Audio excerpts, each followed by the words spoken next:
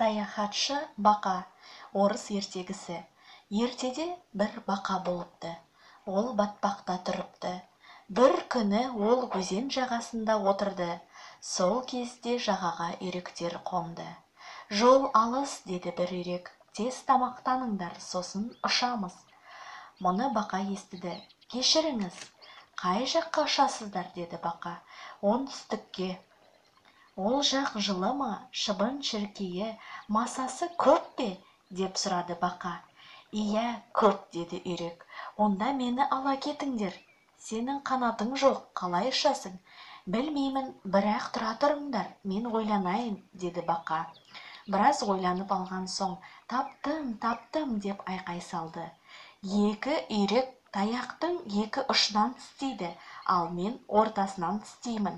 Бірақ сендер қаңқылдамаңдар, ал мен бақылдамаймын. Жарайды, деді үйрек, сөйтіп олар ұшты. Бұл өте қызық көрініс болды. Мұны балалар да көрді. Бақаны қараңдар, деп айқай салды балалар.